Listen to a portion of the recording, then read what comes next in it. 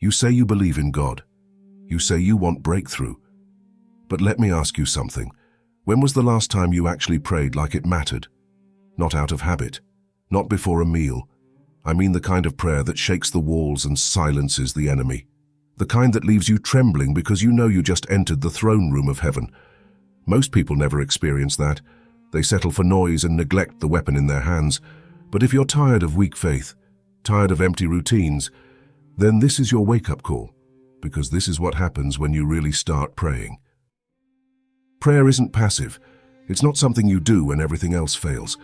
It's the front line, the first move, the battlefield before the breakthrough. When you pray, you step into a war zone, whether you realize it or not. You're not just talking into the air. You're going head-to-head with the forces of darkness that have been trying to take you out. That's why you feel distracted the second you start. That's why your phone rings. Your mind wanders. You feel tired. Because the enemy knows a praying believer is a dangerous one who can't be manipulated, one who hears from God, one who wins. So stop treating prayer like a routine. It's not a ritual, it's a weapon, and it's time to fight. Most people pray to change their situation, but real prayer changes them. You go in angry, come out surrendered.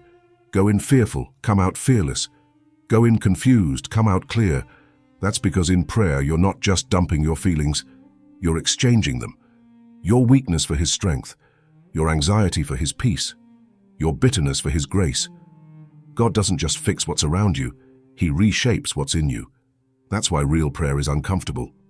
It exposes the parts of you that still need to die, but it's also where you find power to truly live.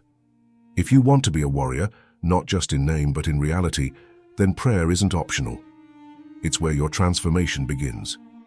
Every move of God, in scripture, in history, in lives like yours, starts with one thing.